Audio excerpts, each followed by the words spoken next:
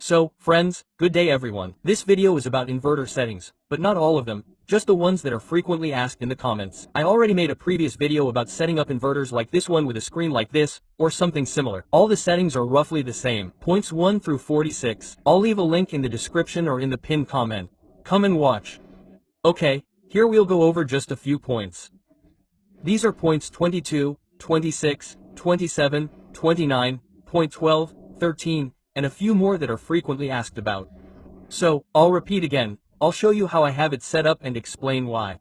You make the decision for yourself, because it's your battery, and well, everyone should make that decision for themselves, because many people believe that some values increase the lifespan, while others decrease it. I'm choosing for myself, so, as they say, I won't argue with you. Choose your own. Okay, let's go. Enter the menu. Okay, scroll through the options. I won't dwell on this. Okay, so for options 12 and 13 to work, option 6 should have these values. This is inverter shutdown due to overload, or do not shut down. So, mine is set to do not shut down. In option 7, Liz also. Set to off, meaning do not shut down. Then options 12 and 13 will definitely work. With these values, because I was playing around, fiddling around, it didn't work for me. Basically, until I set these values, it didn't work. Next. Okay, 8, 9. We need option 16. Let's skip 12 and 13 for now. For points 12 and 13 to work, you need to set point 16 to SNU. Or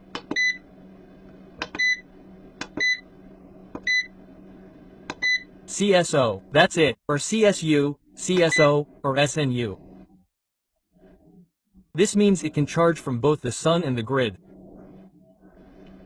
That's it, because, in OSOO mode, it only charges from the sun. And when the battery reaches the value of point 12 in point 12, it would turn off and charge from the grid, but it won't be able to charge because this OSOO mode will be enabled.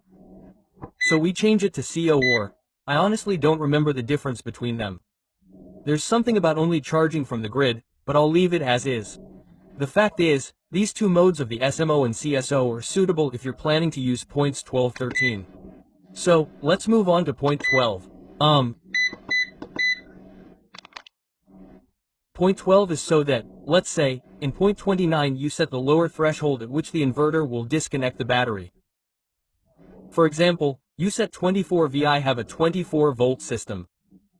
I'll talk about 24 V, so, if you set 24 volts, that's how much is it? It's somewhere around 3, not somewhere, but 3 volts per cell. Then in point 12 you should set a little more, that is, so that the battery doesn't completely discharge before the inverter disconnects it. The battery is disconnected, disconnects it from the inverter not at 24 volts, but, say, at 24.5, at 24. Well, mine is set to 24.2. I should probably correct this here. Here, let's say it's 24.4. That is, when the battery is discharged and, for example, there's light, it reaches 24.4. And then charging is activated.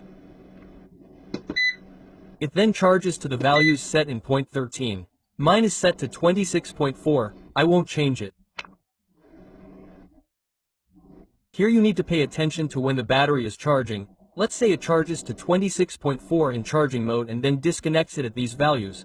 Then when the load is connected, these values of 26.4 will drop slightly. Therefore, you can increase it a little more for yourself, a little less. Then you can determine by how much these values drop based on the state of your battery. That's why I left mine like this. It suits me. I rarely turn on this mode now, since I've adjusted the energy efficiency. In my videos, I showed how I installed a frequency pump, and thanks to it, when I reduced the circulation pump's consumption by 6 times, the battery lasts through the night, even in winter. That's why these values, 12 to 13, aren't reaching those values now, and these options don't activate. That's it. I hope everyone understood everything regarding points 12 to 13. So, for this to work, the important point is that for this point 12 to 13 to work, in point 16, you need to select battery charging not only from the sun, but also from the grid. Let's say there's a mode there, Sun and grid, that's fine. Or only the grid, that's fine too. Okay, let's move on. Points 26 and 27. These are bulk and floating. This is the main charge and, maintenance charge. I have these values set to the same values. I'll tell you this, at first I was playing around, setting higher, lower, as recommended, as per the datasheet, and all that stuff. In the end, I settled on the idea of having these values be the same. That's it. And finally, the inverter started working properly. I was always confused. It kept showing that the battery was undercharged. You understand, when it shows that the battery is undercharged, it means the mode isn't turning on. Well, I already described the situations in which, for example, the inverter consumes more if the battery isn't fully charged or if it's exposed to sunlight. Here, because these values weren't the same, there was a constant trickle charge. It seemed like it was already showing that the battery was fully charged. Well, of course, the percentages here are arbitrary in this whole system, but nevertheless, it was showing that it was charging, and while there was this small trickle charge, there, with a small current, which was holding, which is essentially unnecessary, the mode couldn't turn on.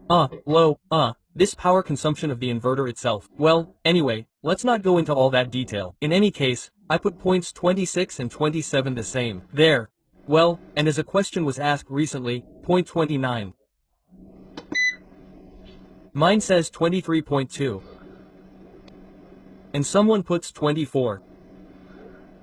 You need to look at what's written on your batteries. If it's a store-bought battery, or if you assembled it yourself, then look. 23.2 is 2.9 per cell. If you have, you know for sure that you have 8 cells, and not 7, as many put in closed battery cases. There, if this is a calculation for 8 points, then this calculation is correct. If this is a calculation for 7 cells, then it's a bit low, of course. Many people put it, and I was one of them, put 24 volts, which means 3 volts per cell. There, and for a long time I thought this was correct. Well, now, as they say, with these blackouts, I decided to set a parameter so that it would go down, could go a little lower. That's it, friends. I hope of course, I didn't tell the experts anything new here, but I might have helped the newbies, so come on over and watch this video, the last video on the settings. I've discussed various points on my channel, various errors popped up, I encountered various problems and showed it all, and we discussed it all in the comments. So come on over and write in the comments what you think about it. You might have some questions. I try to help everyone. This is our shared experience, a common problem of today's time. So I try to help everyone. So, write if you don't understand what questions you have. Well, of course, if there are a lot of questions and I don't have time to answer them all, then please don't hold it against me either. That's it, but I try to answer everyone. Up until now, I've tried to answer everyone. That's it, friends, peace to all.